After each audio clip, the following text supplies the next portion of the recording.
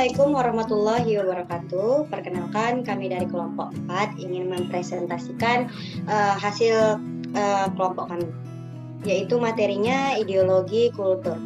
Di sini saya berterima kasih kepada Tuhan Yang Maha Esa dan para dosen pengampu kita, yaitu Kholik, SE, SH, MH, CIMB, dan teman-teman sekalian.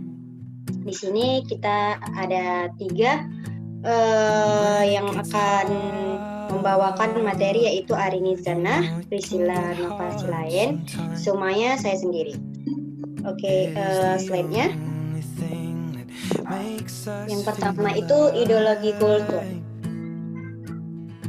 Ideologi merupakan sistem nilai yang didarah dagingkan sesuatu anggota masyarakat untuk mengatur tingkah laku masyarakat. Sistem nilai ini memberi petunjuk tingkah laku dalam berbagai segi kehidupan duniawi.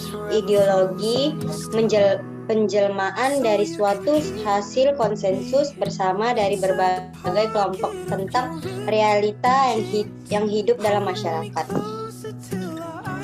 Ini berarti gambaran sejauh mana sesuatu masyarakat memahami dirinya sendiri.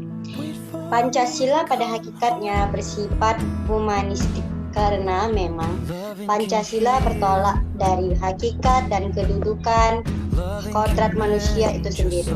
Hal ini sebagaimana tertuang dalam sila kemanusiaan yang adil dan beradab. Oleh karena itu, pembangunan sosial budaya harus mampu meningkatkan harkat dan martabat manusia, yaitu menjadi manusia yang berbudaya dan beradab. Pembangunan sosial budaya yang menghasilkan manusia biadab, kejam, brutal, dan bersifat anarkis jelas bertentangan dengan sila-sila menjadi manusia adil dan beradab. Manusia tidak cukup sebagai manusia secara fisik, tetapi harus mampu meningkatkan derajat kemanusiaannya. Dengan demikian, pembangunan sosial budaya tidak menciptakan kesenjangan, kecemburuan, diskriminasi, dan ketidakadilan sosial. Pancasila sebagai paradigma pengembangan sosial diartikan bahwa Pancasila bersifat sosial, bangsa dalam cita-cita bersama yang ingin diwujudkan dengan menggunakan nilai-nilai dalam Pancasila. Pemahamannya adalah sebagai berikut. Yang pertama itu penerapan dalam pelaksanaan keadilan sosial mencakup keadilan politik, budaya, agama, dan ekonomi dalam kehidupan sehari-hari. Yang kedua itu mementingkan kepentingan rakyat. 7. Demokrasi bila mana dalam pengambilan keputusan. Yang ketiga, melaksanakan keadilan sosial dalam penentuan prioritas kerakyatan berdasarkan konsep mempertahankan persatuan. Yaitu ini bagian kedua, kedekatan dengan beberapa komponen aparat negara. Pertahanan negara merupakan kewajiban setiap warga negara Indonesia untuk menjaga kedaulatan negara kesatuan Republik Indonesia. Indonesia merupakan salah satu negara terluas di dunia dengan total luas negara 5.193.250 km, mencakup daratan dan lautan. Hal ini menyebabkan menjadi rentan terhadap ancaman bagi keutuhan wilayah kedaulatan negara. Menghadapi hal tersebut, diperlukan pertahanan negara yang tangguh yang mencakup komponen pertahanan negara sebagaimana tercantum dalam Undang-Undang Nomor 3 Tahun 2002. Komponen pertahanan negara terdiri dari komponen utama TNI, komponen cadangan, dan komponen pendukung. Analisis unsur aparatur sipil negara (ASN) merupakan salah satu unsur komponen cadangan pertahanan negara dalam lingkungan ASN. Pengaturan mengenai komponen cadangan terkait juga dengan Undang-Undang ASN, Undang-Undang Nomor 5 Tahun 2014 tentang aparatur sipil negara. Jumlah ASN yang besar menjadi modal untuk memperkuat komponen utama pertahanan negara, mengingat jumlah komponen utama pertahanan negara yaitu lebih kurang dari 438.410 orang. Jumlah personel TNI saat ini belum memenuhi kebutuhan standar organisasi, sedangkan pengadaan personil baru hanya mampu untuk memelihara kekuatan yang ada. Oleh karena itu, beberapa komponen cadangan untuk memperkuat komponen utama pertahanan negara diperlukan. Oke, sekian dari saya, akan dilanjut oleh oleh pembicara kita kedua. Baiklah, saya pembicara kedua ingin melanjutkan materi selanjutnya, yaitu bila melihat jumlah penduduk Indonesia kurang lebih 265 juta orang, sedangkan jumlah komponen utama atau TNI yang tersedia 410 orang, maka satu orang TNI menangani 600 orang. Keadaan ini sangat rentan bagi kedaulatan negara serta keutuhan wilayah. Untuk mengatasi hal tersebut, diperlukan salah satu dengan komponen cadangan pertahanan negara. Berdasarkan UU Nomor 5 Tahun 2014 tentang aparatur sipil negara, keberadaan ASN menjadi modal dasar mengingat ASN mempunyai fungsi pemersatu bangsa. Namun, di satu sisi keberadaan ASN sebagai komponen cadangan masih menghadapi permasalahan atau kendala, di antaranya sebelum terdapatnya landasan hukum yang memayungi keberadaan ASN sebagai unsur komponen cadangan. Selanjutnya, desain alat negara represif berbasis ideologis. Kekuasaan yang lebih menekan peran eksekutif yang lebih besar daripada lembaga legislatif atau yudikatif. Keadaan ini dapat dipahami mengingat kegagalan di masa penerapan demokrasi liberal antara tahun 1955 sampai 1959 telah menimbulkan ketidakstabilan politik, suatu situasi yang tidak memungkinkan pemerintah mampu melaksanakan program-program pembangunan karena ketidakadaan legitimasi yang lebih utuh dari masyarakat yang diperintahnya. Dalam struktur politik yang demikian, tidak heran bila pihak eksekutif selalu berusaha memaksa kehendaknya kepada institusi yang lemah, karena lembaga legislatif dan yudikatif secara faktual subordinasi pada lembaga eksekutif daripada merupakan kekuatan atau kekuasaan penyimbang.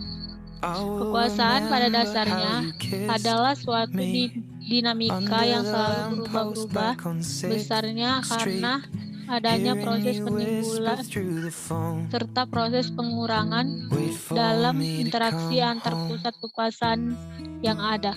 Apabila terjadi pergesekan antar pusat-pusat kekuasaan karena terhambatnya proses komunikasi politik akibat terkonsentrasinya kekuasaan pada suatu kekuatan sosial tertentu, keadaan tersebut tidak dapat diketahui dan dideteksi karena tidak cukup informasi terbuka yang tersedia.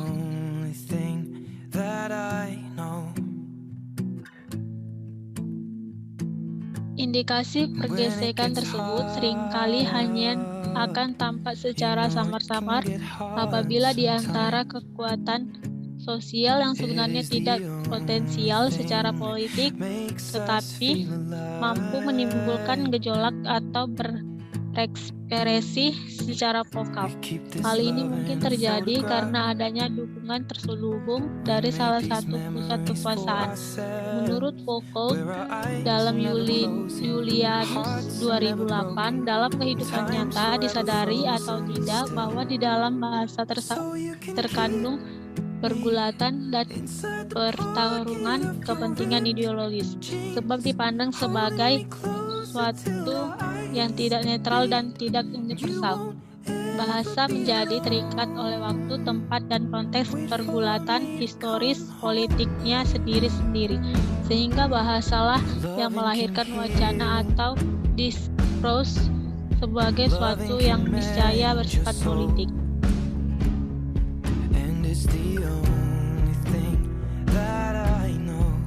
Desain bahasa dan kekuasaan. Bahasa merupakan dan sangat berperan dalam mencapai tujuan nasional maupun internasional suatu bangsa.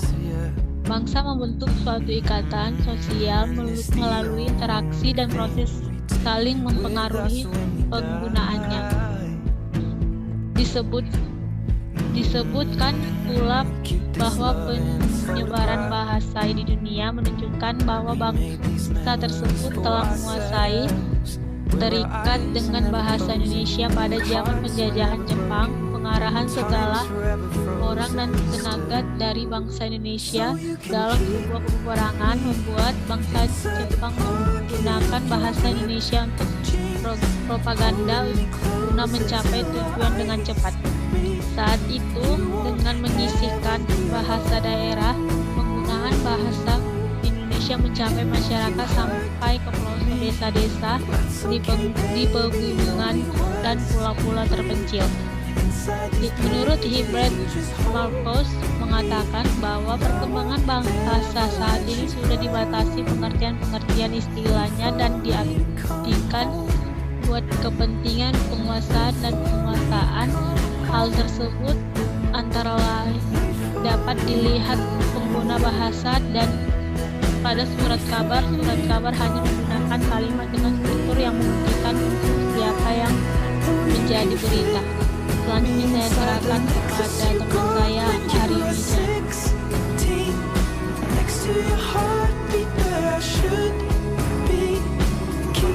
Saya akan membacakan materi selanjutnya.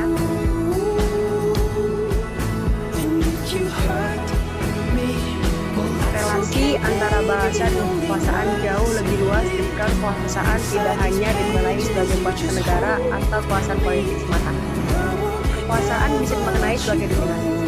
Dalam keterkaitan antara bahasa dan dominasi inilah Pierre Bourdieu melihat bahasa tanpa sekedar alat komunikasi, namun sebagai instrumen tindakan dan kekuasaan. Komunikasi merupakan pertukaran bahasa yang berlangsung sebagai hubungan kekuasaan simbolis, terwujudnya hubungan kekuatan antara pembicara dan mitra bicara dalam suatu komunitas. Relasi bahasa dan kekuasaan sebagai hubungan kekuatan simbolis yang membentuk realitas inilah disebut Bourdieu sebagai kekuasaan simbolik. Bahasa adalah salah satu dari bentuk-bentuk simbolik yang khas. Next.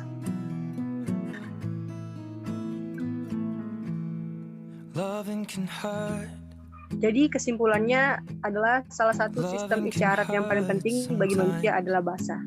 Dalam bahasa isyarat terdiri dari pengelompokan sesuatu yang memiliki makna. Suara-suara dikombinasikan ke dalam prasa-prasa, klausa-klausa, dan kalimat-kalimat yang menunjukkan objek. Bahasa sebagai alat komunikasi pada hakikatnya bersifat netral, tetapi dapat digunakan sebagai sesuatu yang bersifat baik atau tidak baik. Bahkan dalam segala hal, biasanya penguasa akan mengaburkan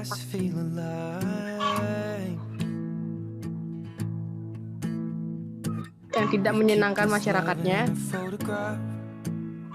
Para penguasa tidak akan pernah mengatakan saya bersalah, tetapi akan mengatakan maaf saya hilaf. Oleh karena itu, bahasa merupakan faktor determinan dalam alam pikir setiap orang. Bahasa merupakan kekuasaan atau language is power dan sangat berperan dalam mencapai tujuan nasional maupun internasional suatu bangsa. Dalam komunikasi massa, bahasa dapat berperan dalam mengadakan ke arah perbaikan melalui usaha tidak bersikap memihak pada penguasa, sehingga dapat membawa arah perubahan dan menjadikan bahasa berfungsi komunikatif dan demokratis. Baiklah, saya kembalikan ke moderator.